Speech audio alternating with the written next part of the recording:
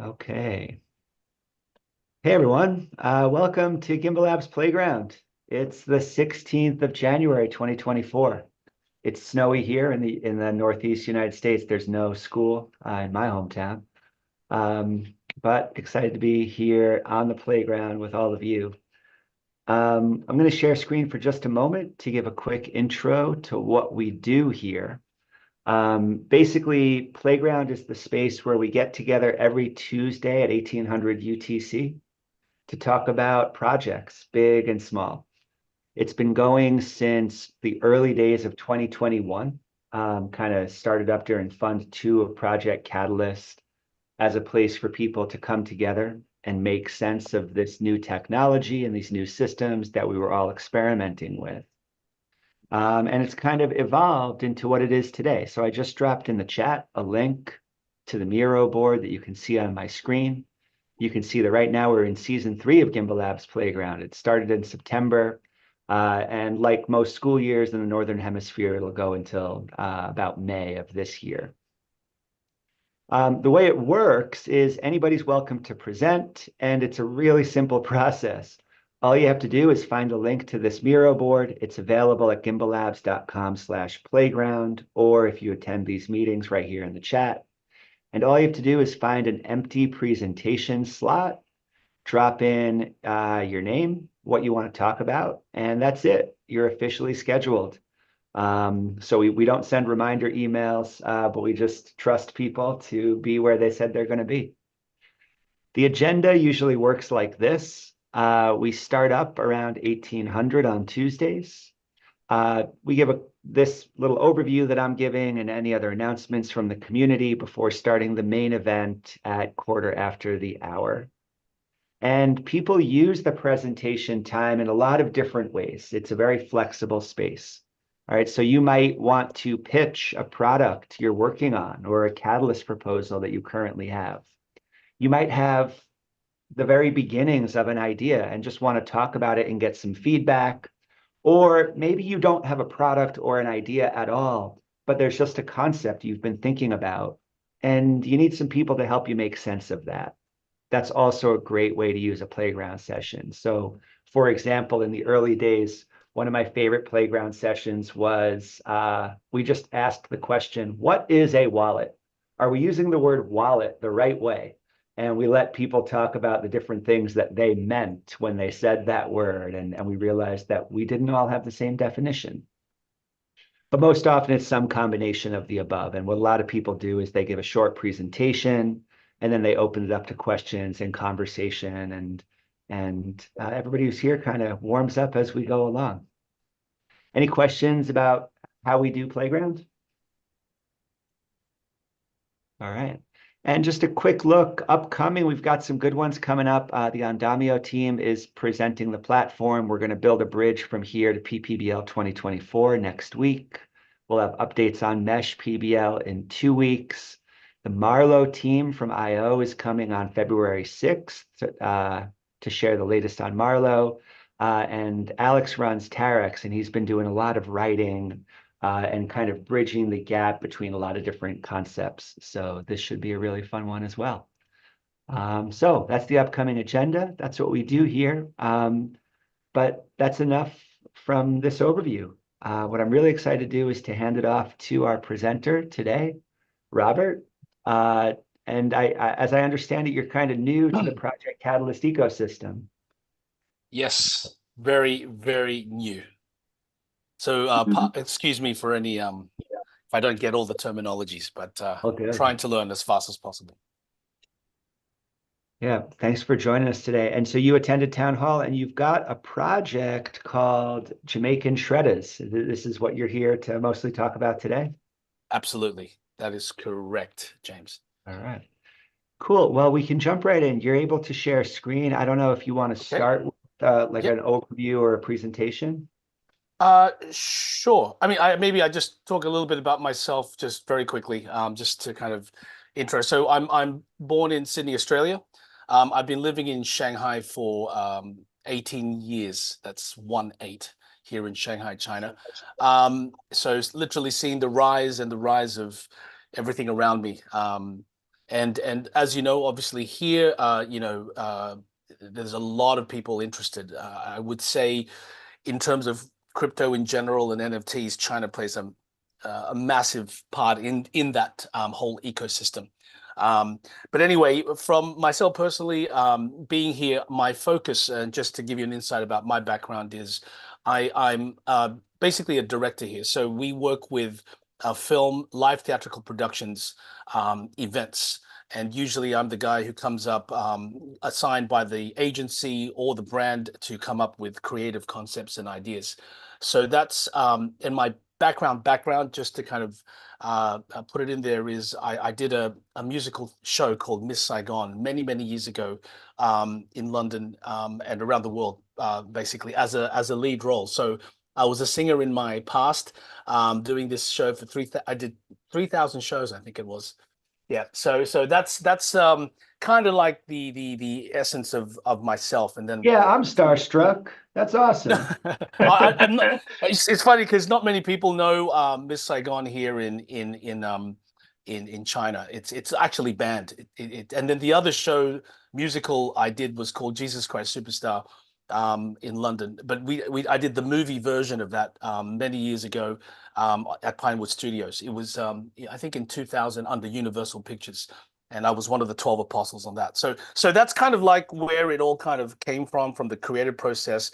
But when I moved to China, I started wearing a director cap, and I was more behind the screen or behind the stage. And yeah, we do a lot of big things here. Yeah, but anyway, so my interest in Web3 kind of evolved many years ago.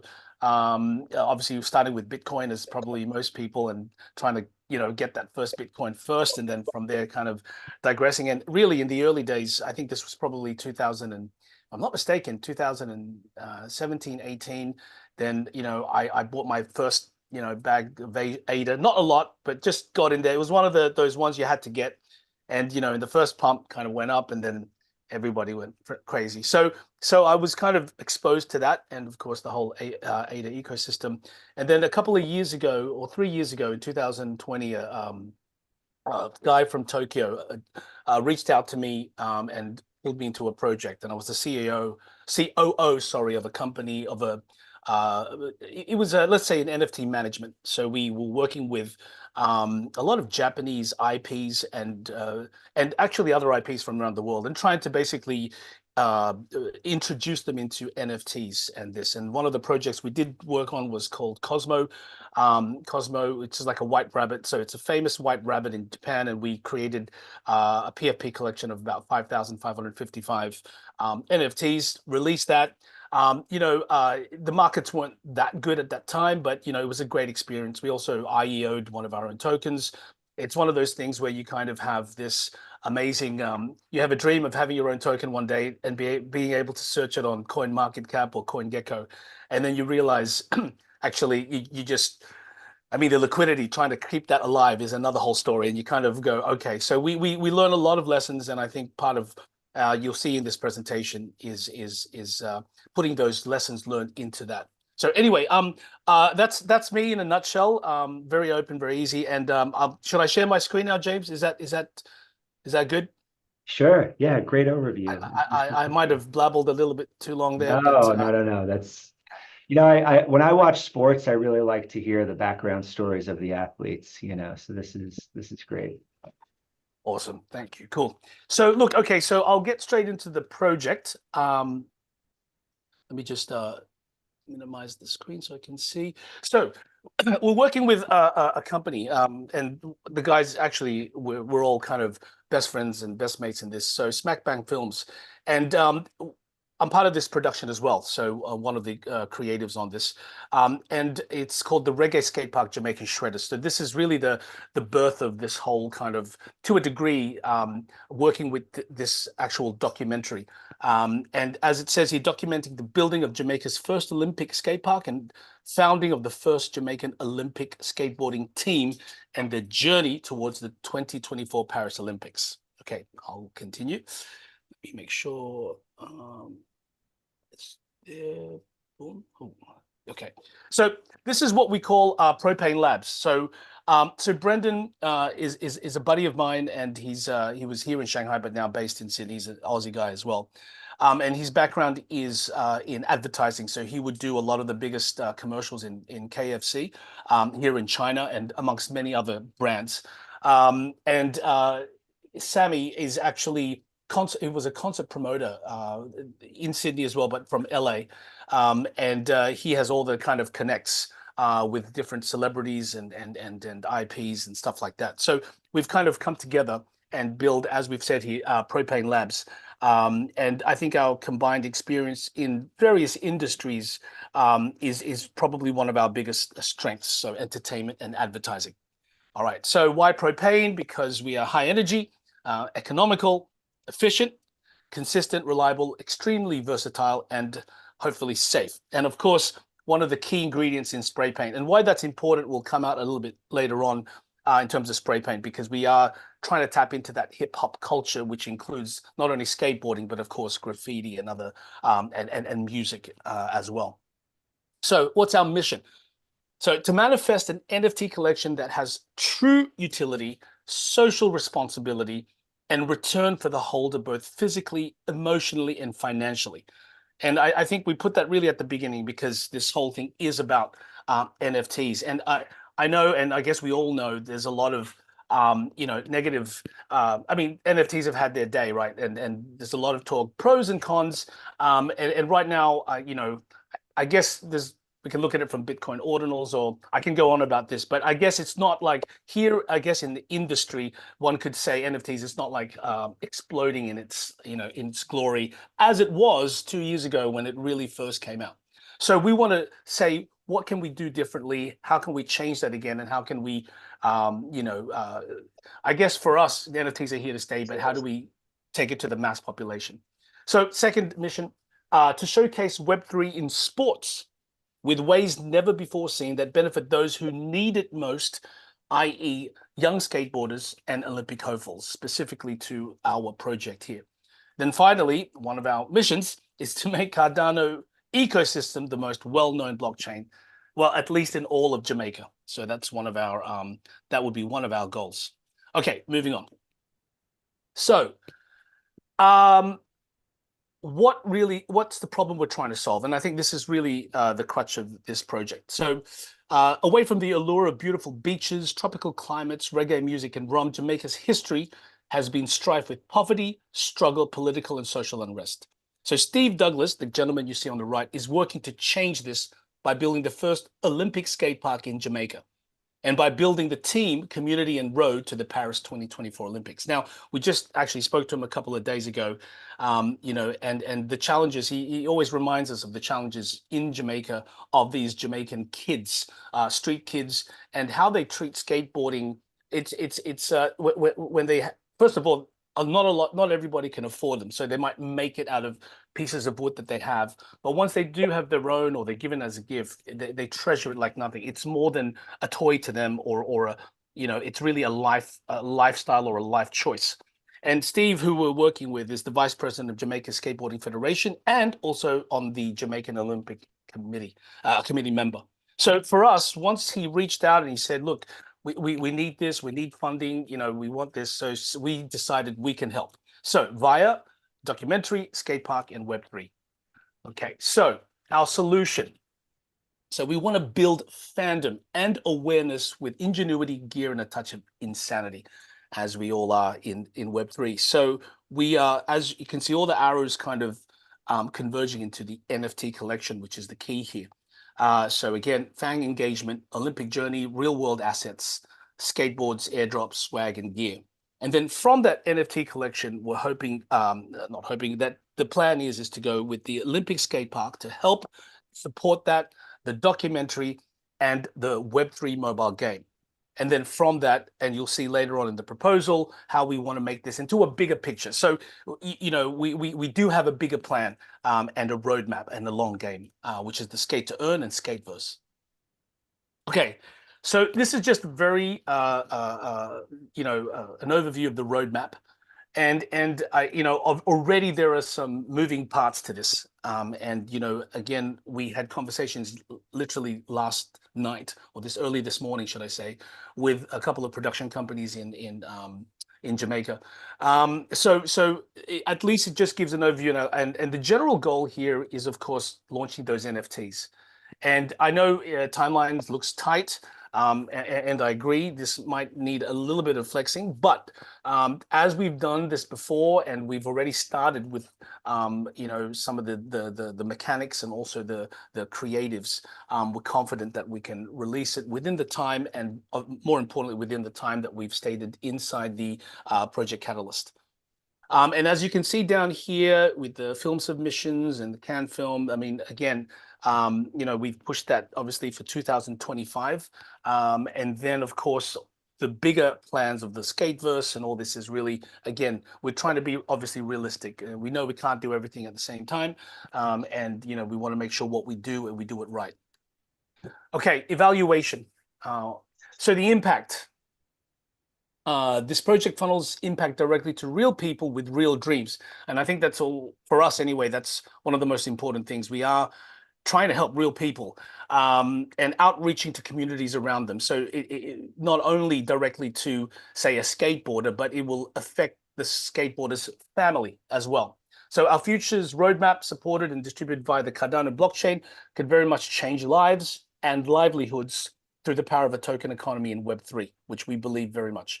Now, the capability to deliver, that's us. So we are confident that we are the team to execute and deliver this project. So again, as I've explained to you before, our decades of experience in successful projects and campaigns gives us a global reach for the best talent around the world.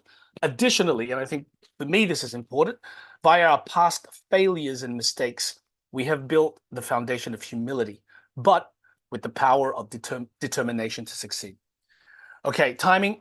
Timing is critical. The historic construction of the skate park and the assembly of the Olympic team is a once-in-a-lifetime event. We are in the opportune time to participate, and again, even if in a small way, and be directly involved with this manifestation. Okay, so this is what we call the perfect storm in 2024, which is now this year. So Jamaica. So we've got the Paris Olympics coming up, and of course skateboarding, which is only the second year that skateboarding is actually being done in the Olympics. We've got on the right, Paramount is launching Bob Marley One Love, which is going to be it's a massive Hollywood production. And I can send the trailer. This trailer's online, and it looks amazing. And they've actually filmed in Jamaica as well, parts of the movie, and it looks massive. And that's coming out in 2024 this year. And then, of course, Tony Hawk, for those who used to do this, and I think I'm old enough for this, is Pro Skater 25th anniversary. So that's coming out this year as well. So there's a few elements that we believe it just helps our cause and our project. Okay, so moving on. So again, just looking at it from the Project Catalyst perspective and the use of proceeds in terms of this round one NFT, and we want to focus it obviously on the Web3 elements of the project. So NFT design, dev and design, team and resources, mobile game dev and design, team and resources. We want to build an MVP. We need to acquire artists. So one of the ideas, and again, which will be later explained, is with these NFTs. Look, we've all kind of, I'm sure, bought NFTs, and how do we make this unique? How do we make this different? And how do we make every element of these NFTs have a story? And we want to have real artists, and we'll show you them in a second. At least the prospective ones. And finally, global and domestic Jamaican marketing and communications. Okay, so Propane Lab presents Shredders, skateboarders, hyperloaded NFTs. So again, this is obviously just the initial design, but just to give a feel. So here's the overview. So 8,888 skateboard bodies with international artists, graffiti, and designs. And again, I'll show you that in a second. Of course, the type is CNFT, Cardano blockchain. One of the stores that we've been, one of the platforms, jpeg.store. and somebody in the community said, look, I can introduce you. So we want to use obviously as many of the community affiliates as possible. And then now this is all just our current say estimate. So zero 0.1 ETH. Now I'd love to also hear feedback from you guys, whether that's even feasible in the Cardano community. Would people actually pay for that if they knew what the project was? Which is, I'd love to hear your feedback on that. And then of course the total raise, then the royalty. And I know royalties always has been or is still quite a big say a point of contest in the NFT world with OpenSea and Blur, and how people some projects don't do royalty or whatnot. We want to instill the royalty, particularly me as an artist. Say back in the day, I understand the value of the creative process. NFT release date, we've just put here TBC, and of course the allocation of the NFTs with the pre-sale, the public sale, and of course the team giveaways and prizes. This is just all images just for reference only. They're not the final thing, but just to give a feel. Okay, so utility. And I think this is one of the important elements of this whole project. So number one, we want to give you a percentage of ownership of the documentary in the sense of the global distribution return. Now, there are projects out there, a lot of films, even some music royalties. I think if it's not Snoop Dogg, I think it's Rihanna, there was a project done where she released a song and people got small dividends. So we want to do that as well, so that people feel like they own this documentary as well. And then hopefully through that, they'll support it and they'll promote it as well. Number two, get your name engraved at Jamaica's first Olympic skate park and be part of history. So again, in my theater days, I sponsored a seat in Birmingham, I think it was, in a theater there, the Hippodrome.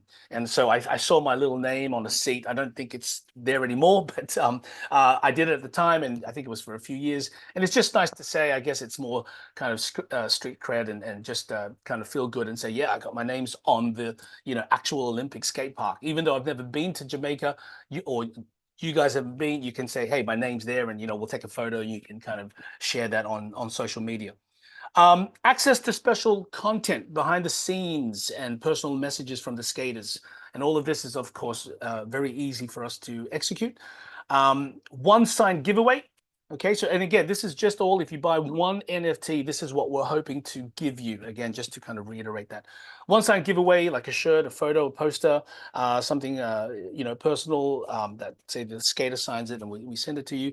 Access to special giveaways, i.e. airdrops and NFTs, and exclusive physical merchandise. Exclusive invitations to online and offline community events. Again, understanding the value of community, part of the reason why I'm here as well. And then VIP invitation to the official screening of the documentary. Of course, flights and accommodation not included, but you'll have a ticket there. So if you bought an NFT, we can say, okay, here we've allocated you a ticket or a seat. Option to forge, and this is the big one, and own the authentic physical board of your NFT. And I've put here, of course, additional charges may apply. So we're looking into this process already. There are ways of doing this and trying to basically, our goal is to actually work with a brand that can then, like a skateboard brand that would say, hey, we'll do these NFTs. We'll make them into real skateboards.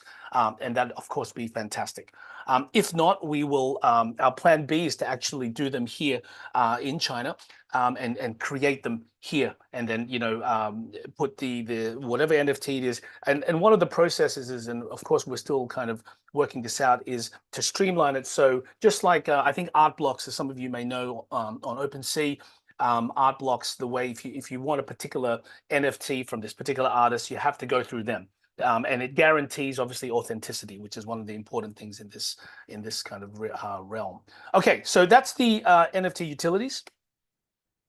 And then again, in terms of from that, so the whole point of these NFTs is to then raise funds from that and then to push it into, number one, the completion of the skate park, the documentary production budget, phase one implementation of Skate to Earn, which I'll show you more in a second, phase one implementation of the Skateverse, and then of course the NFT and mobile gaming advertising, mobile game additional dev, brand comms, domestic and international, and domestic community outreach. So really actually going to Jamaica and, outreaching with the local community. On a side note, one of the big things I learned from our previous experience with the NFT is our marketing probably wasn't enough.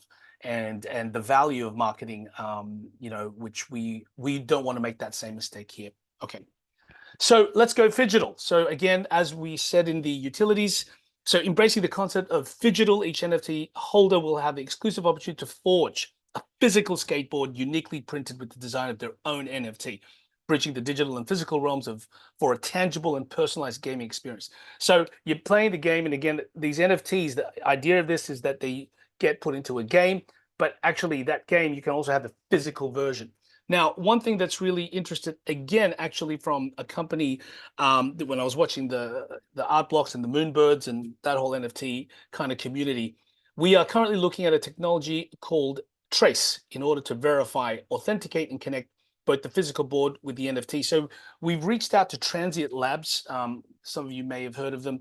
Again, they're highly connected or work closely with Moonbirds and art blocks and all that. And they've developed this kind of technology, which is quite interesting. So TRACE that connects physical and digital. So that's we want to see if we can apply that into our skateboards. All right, so Hex TGO. Spoken to this guy. He is a legend in the world of graffiti.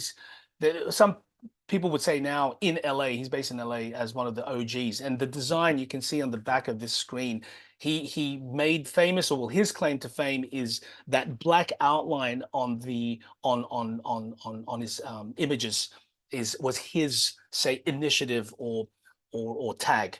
So he's very excited. He works for Disney now. I mean, he works for a lot of big brands in the States. He's very interested with this project. And he's our top guy. And with him, there's a few others that we're now talking to. So some real graffiti artists that can, create personalized, specialized images or graphics for us.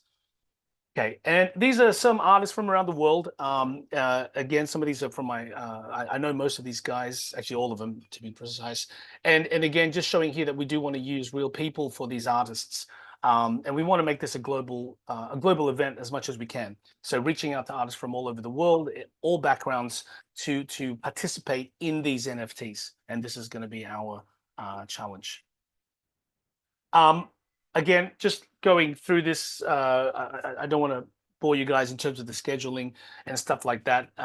So obviously we have a schedule, and I think this is, if we want to start from week 1 and 2 of creating. So artists is one of our big things, and one of the milestones in our Project Catalyst is identifying and signing and consolidating our artists. I think that's really important for our NFTs. Again, we don't want to be just a project that just kind of does it all generic, if that's fair to say. And I'm not saying there's everyone's out there is, but there is a lot of that, and I understand the mechanics behind these the development of these PFP collections. We want to try to make them as personalized, unique as possible, so every NFT does have a story and does have its unique value, intrinsic, say human value, put it that way.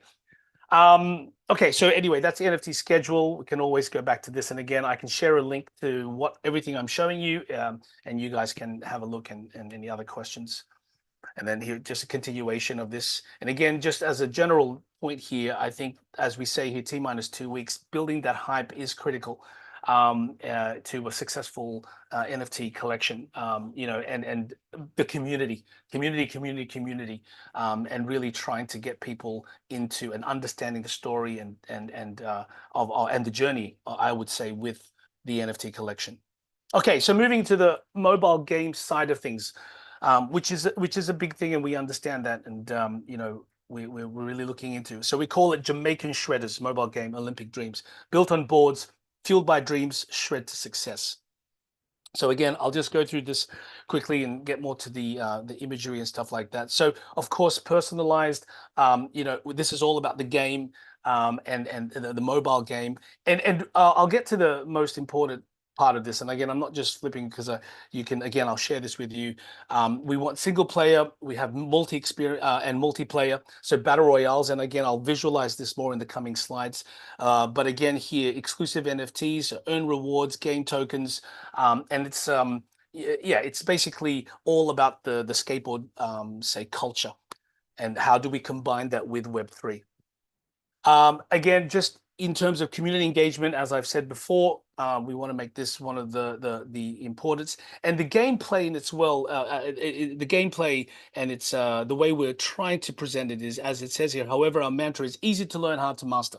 So that's from a mobile game designer that I was talking to, and how do you basically get people on board? And I think this is one of our biggest challenges, is how do we which target market are we aiming for? And I'll show you that in the next slide. So we want to target skaters and we want to target gamers.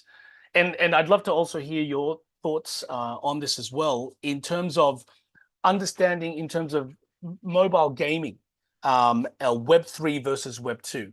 Our strategy is we want to aim for the Web2. We want to aim for real gamers. We want them to want to play our game, and we want our skaters to want to say, hey man, this is the coolest skateboarding game out there.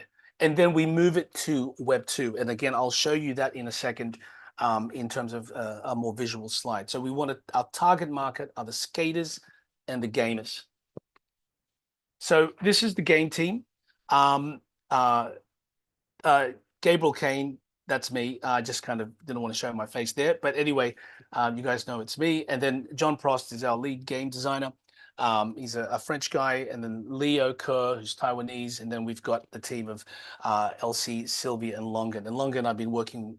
He does the most amazing music. He's worked on films before, film scoring, and a lot of other big stuff. So this is just the core. And as I said in the Project Catalyst proposal, we definitely need more team members in terms of developers, and there's a lot of other elements that we hope with the funding we can allocate that to building. Okay, boom. So these are just characters that we're looking in the game. Again, very preliminary, and just to kind of give a feel. Again, so the design treatment, one of the biggest things we were talking about, which is, is the creative side. That's what kind of gets me going. And how do we make it so unique? And cell shading is one of the styles that we're thinking of moving towards. Of course, there's many different ways of animating this. And actually, on Saturday, I'm heading to an animation company to further talk about this project. But yes, so cell shading. So this is just an example of it here. This is again just for reference only, as you can see on the bottom left corner. So you can basically create your own avatar, and that's pretty standard in a lot of these games now. And of course, this is an example that is not cell shading, but just to show that you can, create your own avatar. And of course, there's the board, so we kind of put that in there. The two game modes. So story mode. And of course, for us, and again, I'll show you more visually what the story mode is basically you're on a journey. The battle royale is another level. So as you guys know, maybe Battleground, players Battleground, PUBG we call it. I'm sure there's some games there, and another game. What was it? Fortnite. So basically a battle royale. So it's that kind of thing. So that's one of the two ways we want to present this game. And of course, here with the story mode, some of the references are Jedi Fallen Order, Tony Hawk's Pro Skater, and of course, The Godfather. And I think particularly with Jedi and Godfather, it's the whole, basically, you're starting as nobody and you're building your way up, basically into winning the Olympics, which is our little story mode. So that's how we're doing that. And of course, now with the Battle Royale references, again, I was mentioning PlayerUnknown's Battleground, Splatoon, which is very similar in sense of how we're thinking the design in terms of you're tagging a certain area in a very limited time, and Dreamcast's Jet Set Radio, which is really, really old school. And actually, if anything, we're really inspired by that particular game as well. Again, but they're on rollerblades, but it's got that similar again, design and the look of it will be along that line. Again, here, just some more references, and here again, just reiterating the point that we want to target Web 2. And again, I know that this could be a big discussion in terms of, the strategy, but we believe that a lot of the Web3 games that haven't made it, one of the reasons is people don't want to, the gamers aren't into it. So we want to make this popular, and we want this to be played. So we need the gamers on board, the skaters, and then we slowly integrate the Web3 into that. So then again, as we say here, stage 2, then suddenly you can connect your wallet, you can collect NFTs, and of course exchange tokens in the future. Again, this is just the mobile game schedule in terms of conceptualization: phase 1, phase 2, phase 3, phase 4, phase 5.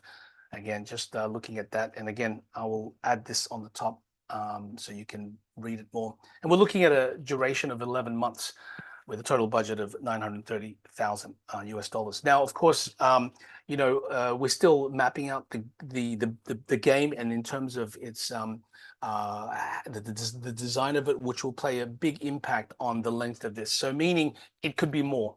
And probably will be. So, and we understand that games can cost a lot of money, but we believe we can take it to at least the level of where we want it with this amount. Future plans. So this is the big picture, the macro look. So skate to earn, and this is the Web 2 version of phase 2. So skate to earn combines the thrill of skateboarding with the power of blockchain technology. So skateboarders can earn merch, gear, and gift vouchers. And even education. So again, focusing back to Jamaica and the Jamaicans and the community there, the concept here is pretty simple. And we all know, obviously, Step In and how you can walk to earn, and this play to earn, and this and that. But what if we could do skate to earn? What if people who just love to skate can skate and actually in there can start actually earning? Now, I know this is again a very big concept, and it will take time to develop this, particularly the tokenomics and everything behind it. But this is one of the ideas that we've got. Then of course the Web 3 version, and moving it to the next stage of phase 2, is of course the tokenomics. And finally, in terms of the big picture, hopefully creating what we call the Skateverse. So similar, obviously not exactly the same as Sandbox, Decentraland, where you could build your own skate park or invite other skaters to come on board and play in your skate park, and you're earning while you're actually there. We're even taking it to a point where we sell bricks, and everyone can. So you don't have to put a lot of money in it. You can just buy a single brick and say you're being part of this particular skate park. Obviously, all online, all Web3, and trying to create that economy.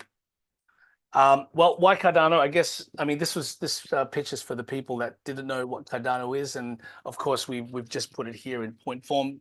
And for me, honestly, as I've mentioned this before in other talks at Project Catalyst, I've worked with different communities before, and honestly, I can say without a shadow of a doubt that Cardano's community, at least from what I've experienced in its short time, has been one of the most supportive and really in there, should I say. I guess I'm trying to find the right words to express, but yeah, and it's been quite refreshing, I would say as well, for me, to see how it works. And I've from the Project Catalyst experience, even though a short time, I have told other people when we were meeting at different kind of community events, how I said, man, you guys, Cardano, the community there is really, really strong. And I basically getting a taste of this this Cardano network.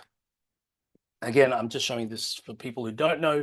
So then here's some of the people we're wanting to working with, and that I've been also suggested to connect with. So strategies for us is partner with brands like Nike. We're already reaching out to those guys. Element, Quicksilver. Invite celebrity guests, again, which we are already reaching out. Invite famous skateboarders. Nia Houston, who's currently #1, at least from America, who's actually, I think his father's Jamaican, which is hopefully the connection there. Focus on one chain and target community. Cardano. Highlight phygital real-world assets, community utilities and perks, and connect the true story of the documentary, which again, we want to keep kind of bringing up and reminding us that this is, there are real people at the end of this as well. And I won't get into the rest of this. This is really just mobile game trends and data. So I think, let me just see if, boom, boom, boom. I think that's it. And then that's it. Coming soon. That's it. That's it. Sorry, guys, if I went a bit too long. Shall I stop screen, James, or keep it open, or? It's up to you. Yeah, if anybody has questions and wants you to revisit a slide, it might be Sure, good. I'll keep it up. Sure, But this I'll is keep it on this epic. slide. Yeah, a lot of different threads, but it makes sense how you're putting it all together. Thank you. Do we have time for people to just jump in with questions or thoughts about the Yep. presentation? Yeah. All ears. What comes to mind? Anybody got initial questions or thoughts off the top of your head? Wow, so much stuff. Yeah, I mean, yeah, I don't even, I kind of don't know where to begin. I really love the idea of the graffiti hip hop culture. So skate, fashion, technology, innovation, disruption, like all those things sort of fit, and there is like a thread that goes all through it. But then like the very concrete thing of Paris 2024 Olympics, you know, the brand new sport and this very real need of the Jamaican team. So it seems like you've got this Yep. big thing, giant culture, but a very specific and concrete uh, avenue, very grounded. You know, because I think we'd all love to support, you know, Olympians. You know, it's like a bright spot. You know. Yep. Absolutely. And just on that note regarding the, you know, it's still 50-50. So they're not sure if they can get in. I think there's one more round for them, I think, in Dubai. And it's really, I mean, but for us as a documentary or as from that perspective, whether they get in or not, there's a story there, you know, with each individual. And if they get in and they don't win, there's a story there. But if they get in and they win, it's like a whole nother level. So, and we don't know. I mean, it really is, again, from the guy we were talking, Steve, in Jamaica a couple of days ago, he said it's still 50-50. Because before this, I wanted to kind of get, hey, what's going on? You know, what's the lowdown? And yeah, and it's very challenging for them. It's really not easy for them to put together. You know, the government's supported, but they're not, and this and that, and it's just like I'm like, hey, this is great material for us. I mean, you know, it's yeah, it's real. Yeah. Thanks. I'd love to hear Thank you. from others. I'd love to hear from yeah, and, you know.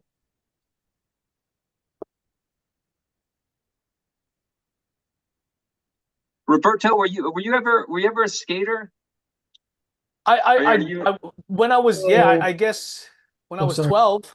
Sorry. So, oh, sorry, Roberto. That Roberto. Sorry. Other No, Roberto. no, no, no, no. I thought you meant you. I'm sorry. Sorry. No. Go, Roberto. Roberto Mayen. No, I was just gonna say no.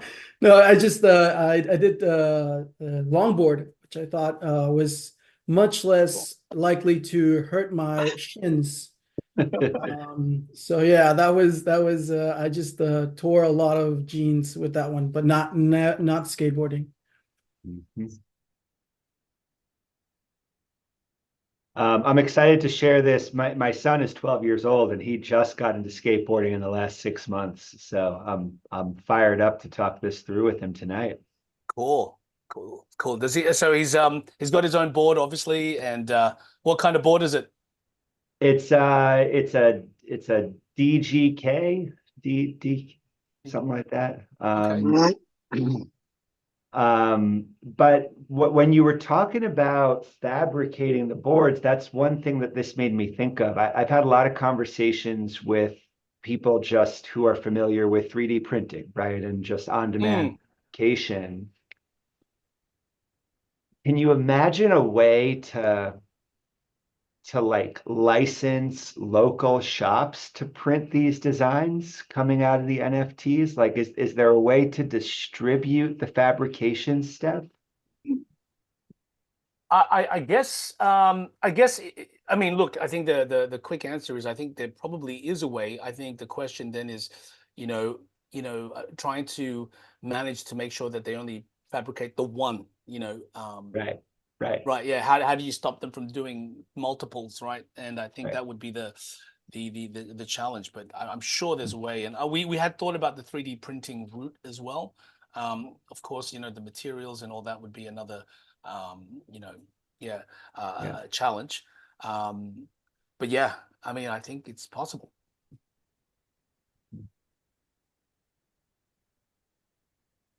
Yeah, there's so many different technical threads here that I think are really interesting to explore on their own. Um, Actually, and I see Juan's hand. Juan, what do you say? Yeah, James. Robert, this is an awesome project. It covers many of the areas that we are concerned about: youth, sports, technology. Yeah, amazing. Just want to kind of touch base on what type of challenges you have to combine, in develop this project, because you are combining skateboarding with Web3 and in a community that is far away from you. So how that works? Yes. Yes. It's funny. Okay, to answer your question, like yesterday we had the call with Jamaica. We talked to a couple of Jamaican productions, and when I was talking to them, and in terms of how they're explaining to me how if we were to film here and film there, what kind of security we need, and the conversations we need to have if we wanted to even shoot anybody's face. And I guess I'm going to answer your question, but just in terms of being on the ground, I mean, it really excited me to say, okay, how can we go there? I mean, we're thinking of like flying there, ASAP. We're working on that now to see how we can actually be there, because I think a lot of these challenges is when we're on the ground. I mean, we can only do so much, like in any film production, you can only do so much planning and preparing, but you have to be flexible once you're on the ground. The director that we're engaging for this is a guy called Lance. He's from New Zealand. He's an amazing director, and he's done documentaries before. And I think so the kinds of people in this project also need to be that ability to be flexible. So to answer your question, Juan, in terms of challenges, yes, that is one of the biggest challenges. We don't know the territory. I've never been to Jamaica. That's one of the biggest challenges. And I think, look, I've been traveling all over the world, as I'm sure many of us have. I've been to the Philippines, I can understand, but nothing beats being there. So part of the process in any kind of film production or anything like this, we would do a recce. We would go there, we would check it out. We tried to make our network and contacts. I think that's one of that would be one of the challenges. And the second one is really trying to, in terms of it's the NFTs itself in the game, and how do we make it unique and different, and make it stand out. Again, I was thinking with skateboarding, the skateboard, I was talking to my designer, is how do we make this really, really unique, that when they see it, it's like when you see a Zuki, it's a Zuki, right? When you see that graphic, you go, okay, that's definitely, or a D-Gods, there, it's so, it's got that artistic quality, and that's, again, for me anyway, one of the challenges. And that takes that's a process, I guess, as well, and feedback from community and team members. So did I answer the question, Juan? Yeah. A point? Yes, 100%. And I wanted to know a little bit more about of what inspired you to do this, because it's amazing. It's amazing, the variety, and what it, I see a lot of potential on the project that you're putting together. So what inspired you to work on that? Good question. Well, I guess one is the thrill of this of the Olympics. I think obviously the story when it was reached out to me, it's really the opportunity. I guess what inspired is when it was presented to us, we all went, oh shit, this is cool. How do we, what do we do? So we really wanted to help, and all of us are in that Web3 mode and NFTs. So it's really putting the passion of Web3 and NFTs into this real world use case. And I think that's the challenge, which is part of the inspiration. You know, and again, we've done projects before, we've done NFT collections, so we can see, oh, okay, this. But when this came in front of us, we said, that's it. You know, let's do this. So I guess the inspiration came from the opportunity, if that answers the question. Yes, yes, got it. Yep. Very good, wonderful. Yeah, I happen to have my cousin's son. He's dedicated to skateboarding, and he's a champion. And I don't know which category is that, but I will follow up with you on that, because Yeah, please. maybe a way for. Yeah. Of course, Yeah. yeah, that would be good. Super. Yeah, great. Awesome. So I love the fact that you guys picked Cardano to develop this project, but I think it's something that is not even Cardano, but the technology that it represents. You know, it gives all the opportunities and possibilities to expand and to build up upon it.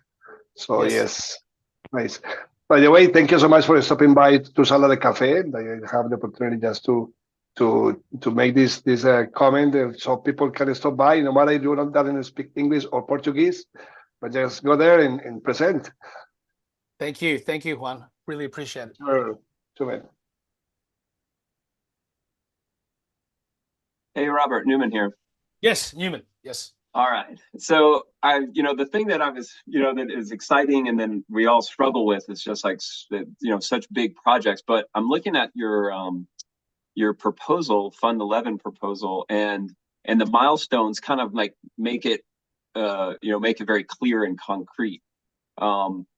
Like the first milestone is onboarding the 12 digital artists for the NFT project. Yep. Second milestone, develop and I love the 888, or wait a minute, what's the Chinese word for 8? Is it ling or ba? You're right. No, ba, you're absolutely correct. Yep. Right. And that's like Very a lucky number, so it's a lucky. Very good. Yep. Try to keep up my.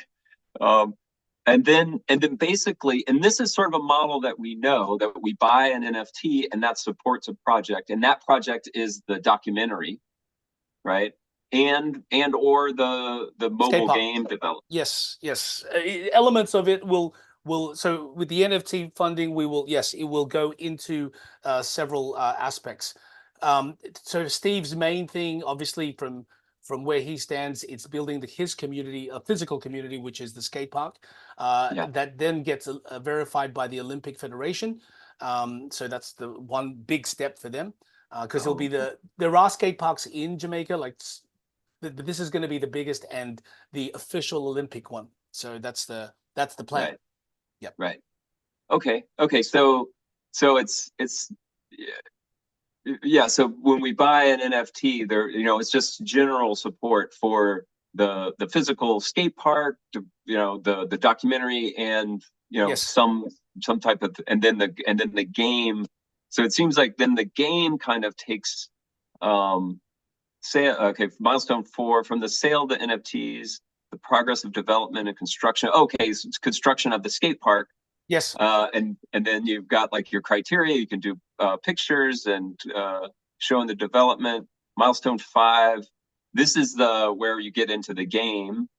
Yes. MVP of the game, and then the physical digital manufacturing of a board that is linked to an NFT.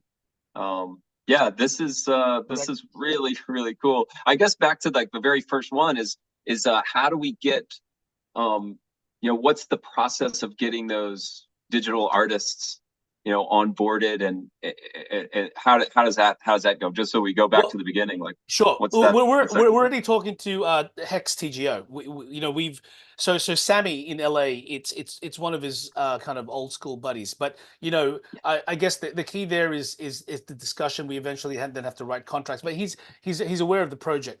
So, and then of course we would reach out to other artists. It's like onboarding. And again, the project before, we were in this world, and another thing that I do here in Shanghai is we have our own art exhibitions and stuff like that. So we do have artists around, but there's a bigger picture here. So we want to, it can't be just like 30. We want to get more. But of course, the initial core and those graffiti artists, those with a name at least, that's what we need to bring on, and that will hopefully bring on all the others We're talking. There's another guy we've targeted. His name is Kazoo. He's old school. I mean, they call him like the guy Sammy was saying. Just think of him like Banksy. He doesn't have a website, but he's that guy. I said, okay, Right. So that kind of those kinds of really old school kind of OG artists that we're trying to. So we just have to reach out, and that's Sammy. That's his job, at least in LA, at least for the graffiti artists, and then I have my connections, with other artists. Brilliant. I definitely think that's because there's a huge culture, and those artists. I think that's how they work in this sort of network, and it is the hip hop thing. Oh, music. One of the people that comes on to Gimbalabs and the Playground is Demu, and games and music and this sort of, and then actually documentary.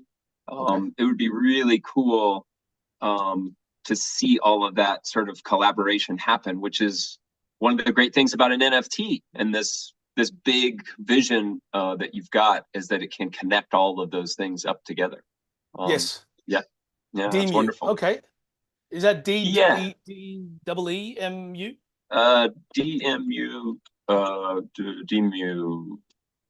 What's the website for Demu? No, DEMU.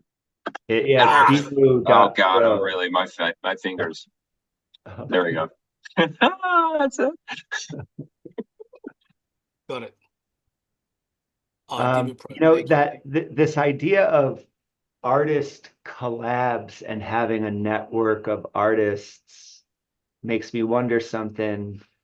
And any NFT series has relative rarities somehow based on something.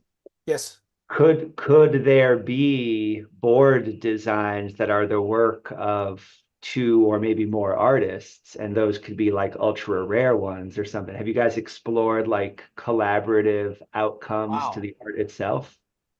That is that's a good one. No, I mean, no, but it's a good idea. So basically multiple artists, or at least one or two. I guess the challenge there is just if they want to work together, but finding people who want to collaborate. Yeah. And but yeah, and why not? And that could increase the value, because let's say 100 of them out of the so super rare is two particular artists coming together. I think that's a fantastic idea. And again, this also opens up to other brands, right? So Right. just saying, we don't have these guys on board, but like say Nike, and they have a line of SB, and then kind of integrating their brand and an artist on one of these boards, I think could be cool. But yeah, I think that's all. I think that's definitely extremely feasible.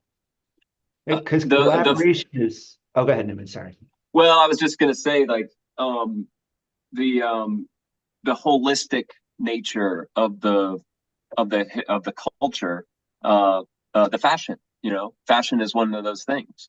Yes, and absolutely. I was sort of I'm not against it, but until I moved to the East Village in New York, and hanging around Tompkins Square Park, which is like a famous skateboarding place. It's where they go to film documentaries or skate videos, and people go, like there's names being made, and they're in this generative cultural moment, and then also not wanting to get involved with the existing paradigms or institutions. I think that based on your contacts and sort of knowing some of these folks, and there is, just to follow this thread, because this Tony Alva in the Dogtown, those guys are in the investor stage at this moment, and they don't like, we're all having like that's a general statement, but institutions are sort of failing us, and that like new innovative approaches might resonate with these old school investor class, musicians, artists, fashion, business, all of these things that you touch on, theater,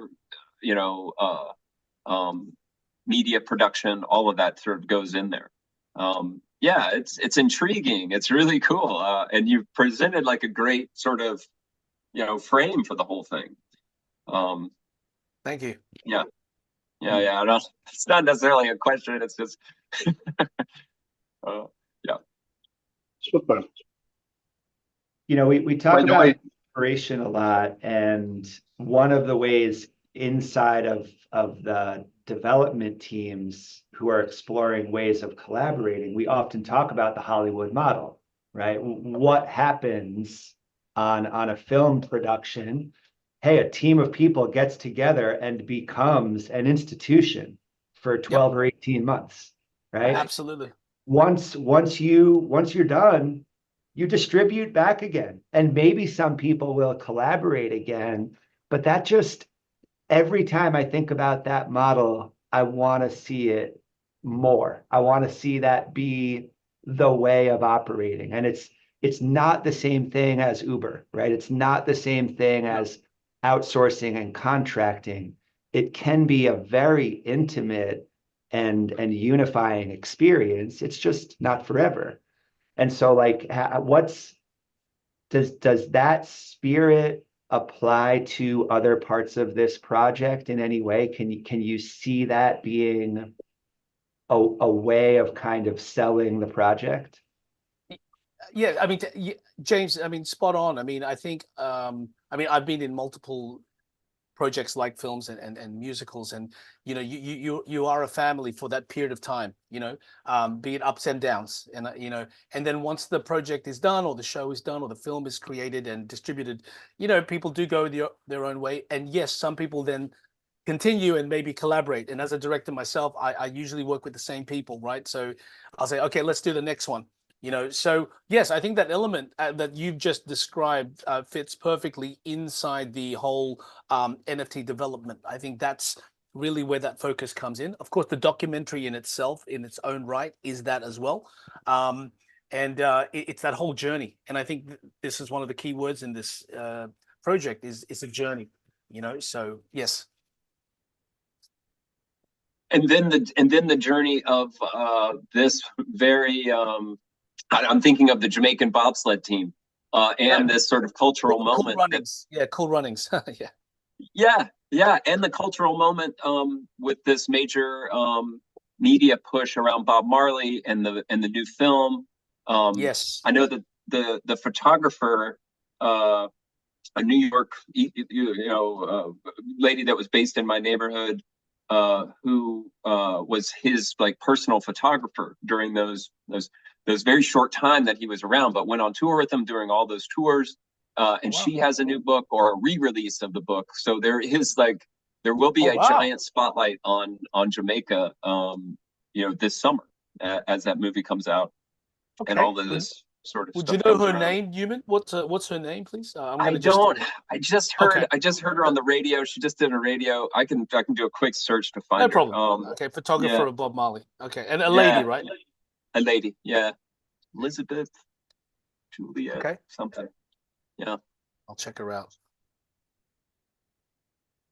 But it has it's already set with a brand. So a Jamaican, and I feel like it would be because of the affordances of Cardano NFTs, and then the real utilities of the game. Like these are problems that we're trying to solve, like how to have a non-speculative NFT.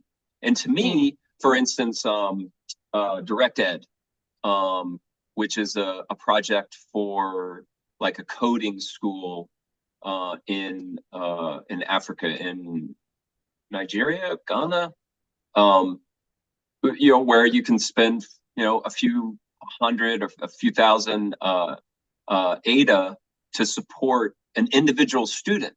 So there's a guy that got a few hundred ADA from me to go through this boot camp.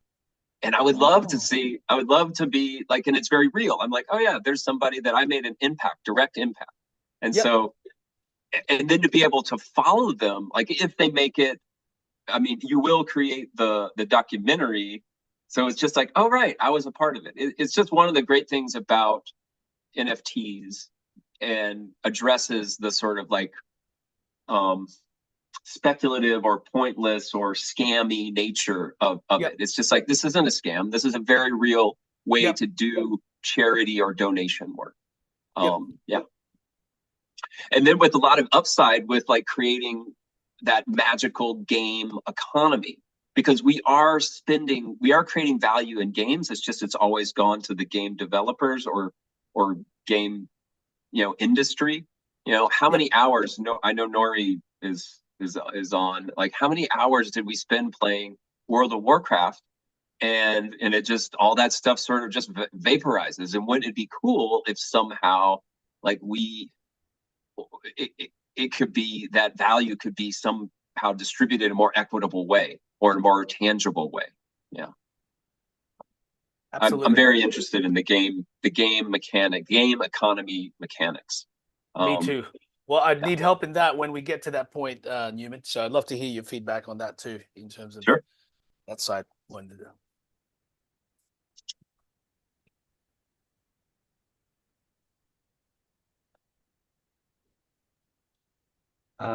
On that note, when I think, Robert, about the list of different features, I think you got your work cut out for you because you're on the cutting edge of so many things at the same time, right? Obviously, just the move from a Web 2 game to a Web 3 game and figuring out how we're going to engage the community there. Obviously, the move from on-chain to a physical object. I like that word, phygital. Is that how you said it? Phygital, yeah. It's been used before. Unfortunately I didn't coin that, but yes. I like that. But that's a very hard problem, right? Just even what countries can I ship the physical object to, right? Just there's so many practical problems of that.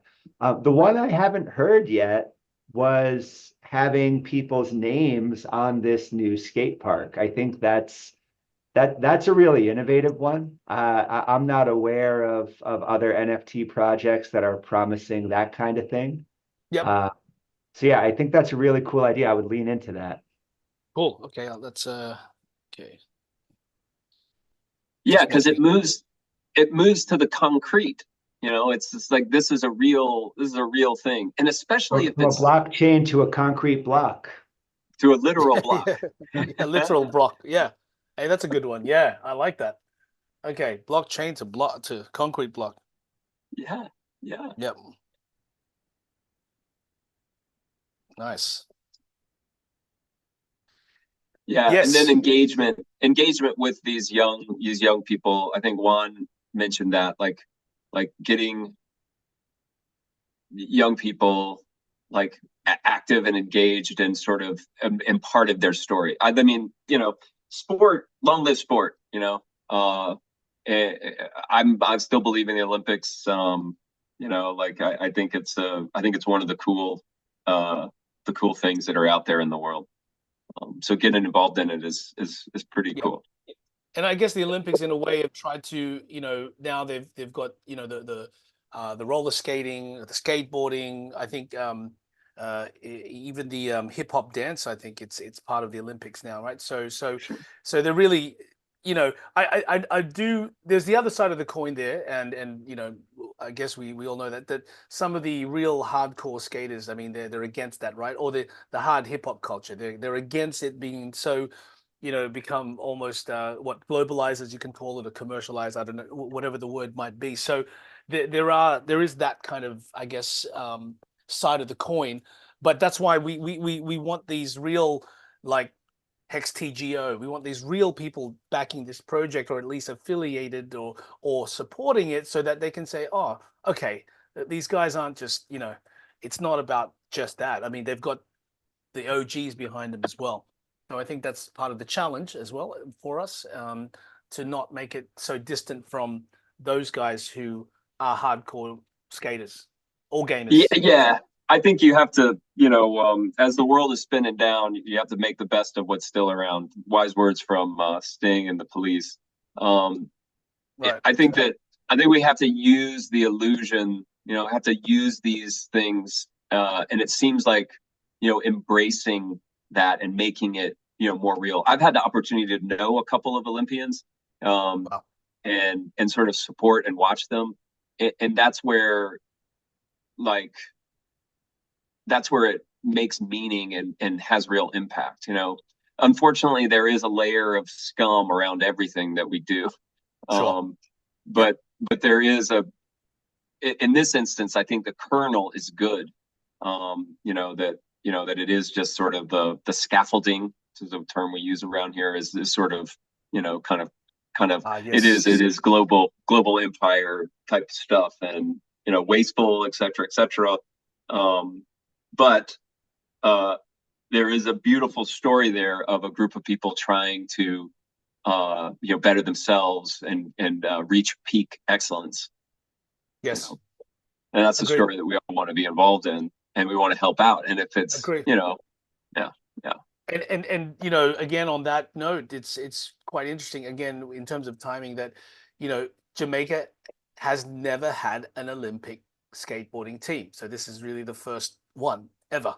So and again, whether they get in is still another thing. By the way, the Olympics in I think 4 years after Paris, it's 2028, right? It's in LA apparently. Oh, So it's a nice.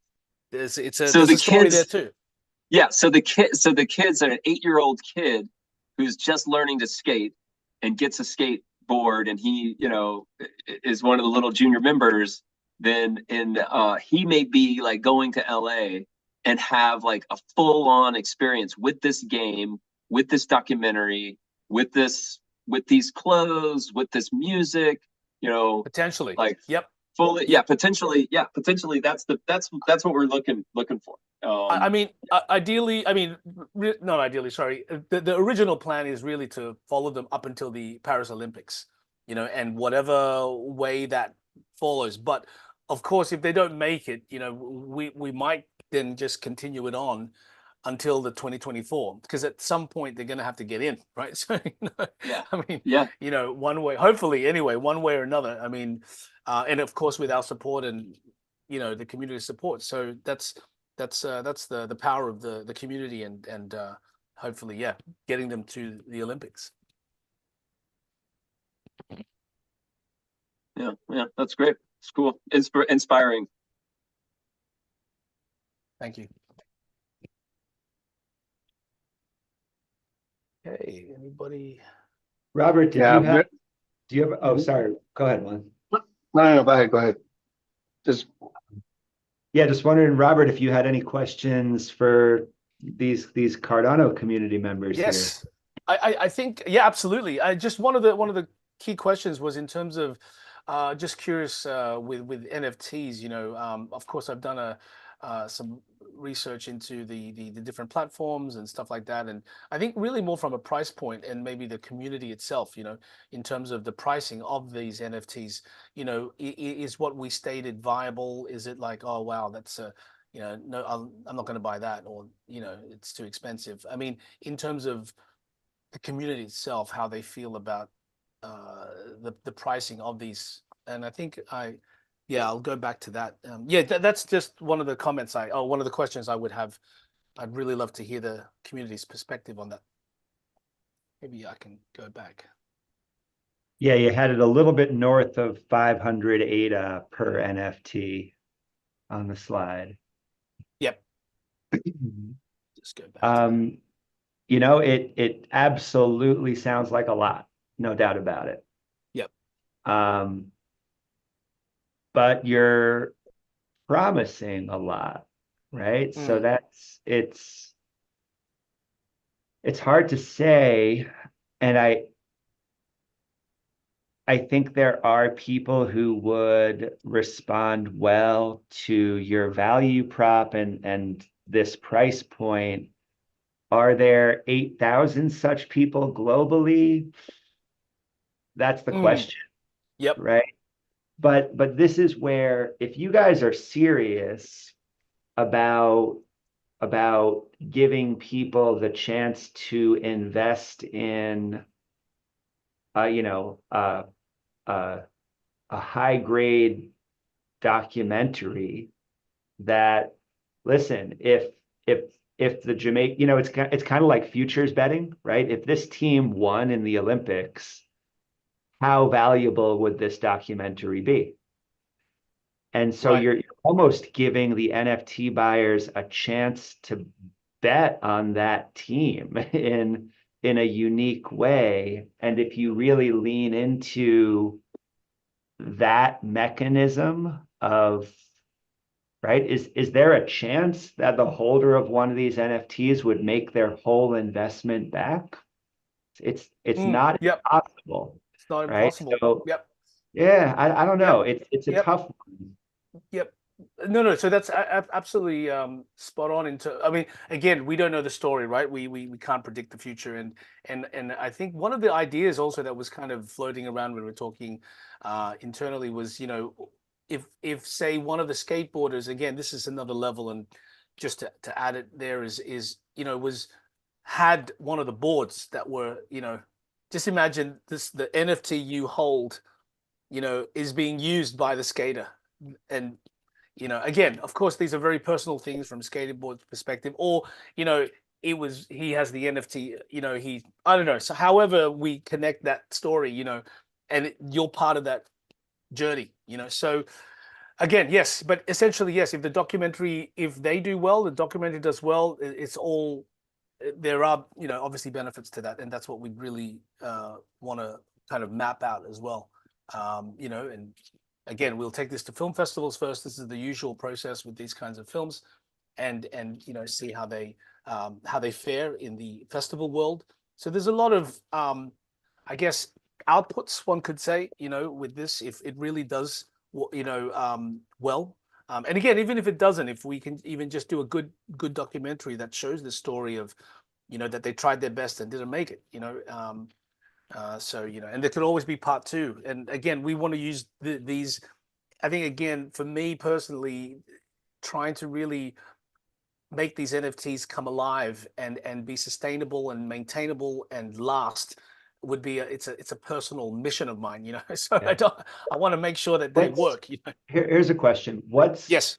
the most transparent the film production team could possibly be with just an investor breakdown of how this film is being funded, right? Is there, I don't know if you guys are able to open up your books completely for something like that, but if you were able to say very clearly, a holder of one NFT is a this proportion investor in the film and will be treated as an investor at any scale, that's a really interesting model. And a lot of people are looking at this type of model for, you know, and any larger scale artistic production. We want to be able to allow people to invest in that. People have a hunch that there are on-chain token ways to do this. I Okay. wonder if you guys have a chance Interesting. to innovate there.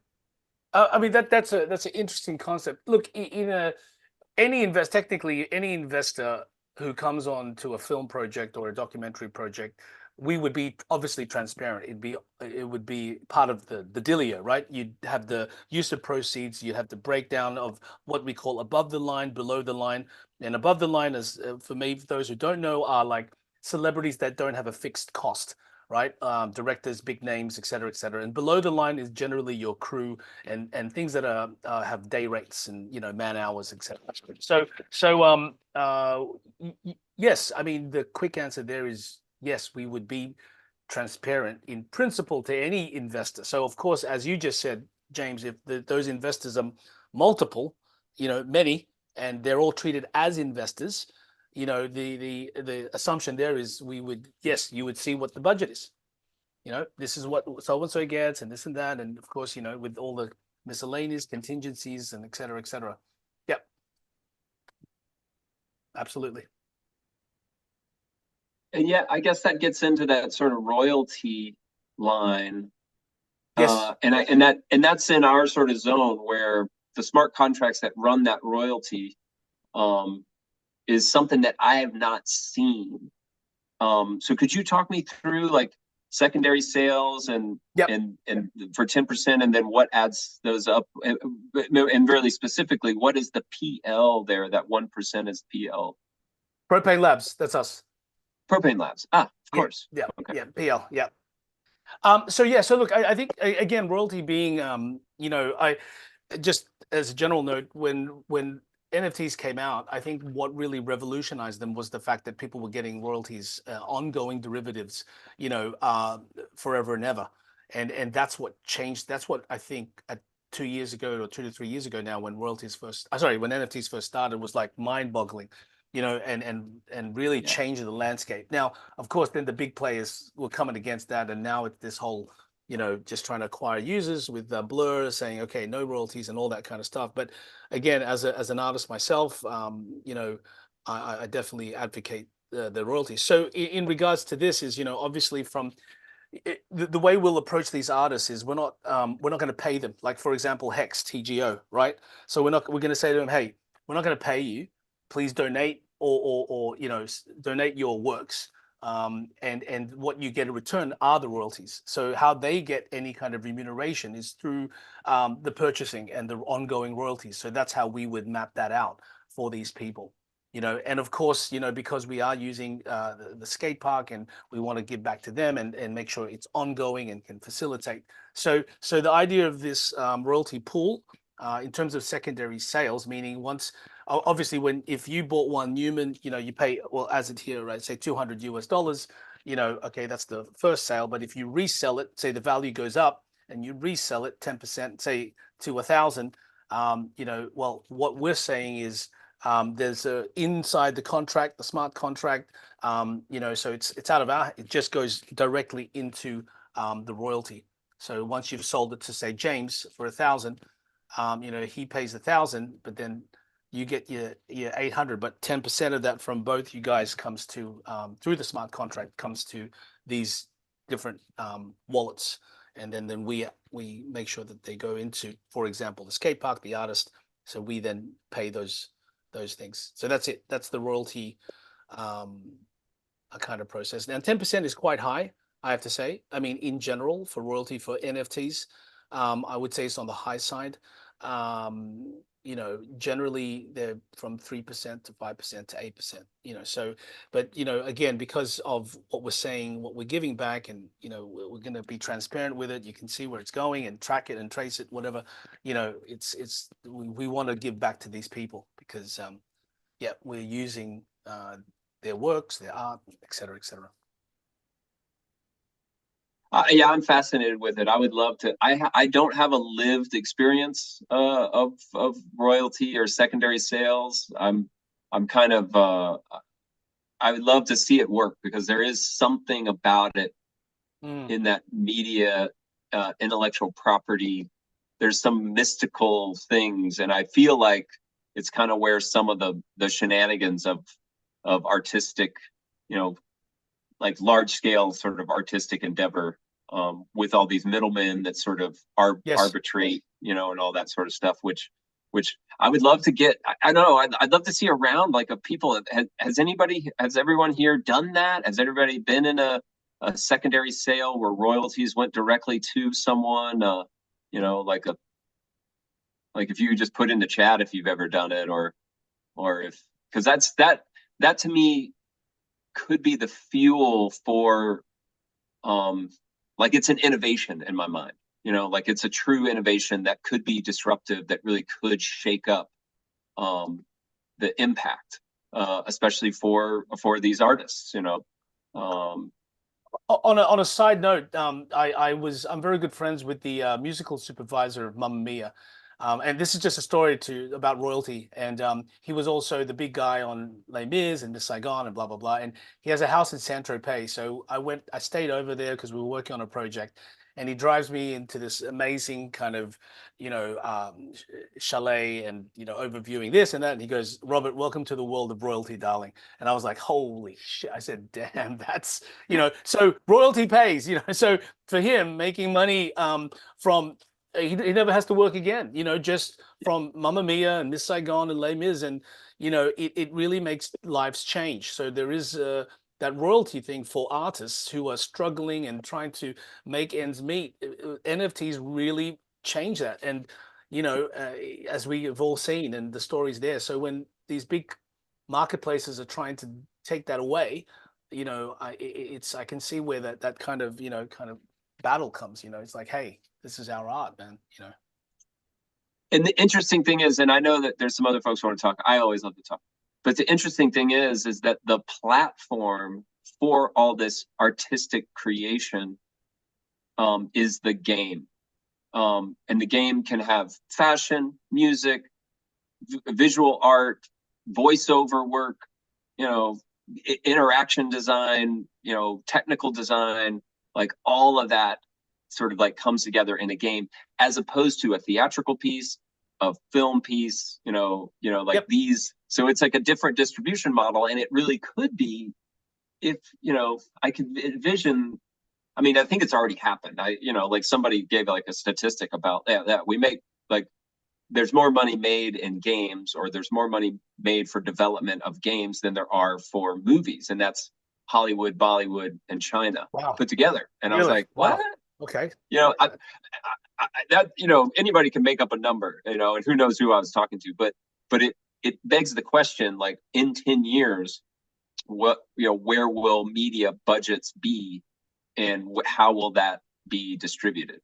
I think that your project here, you know, connects into that, and just the NFT, artistic NFT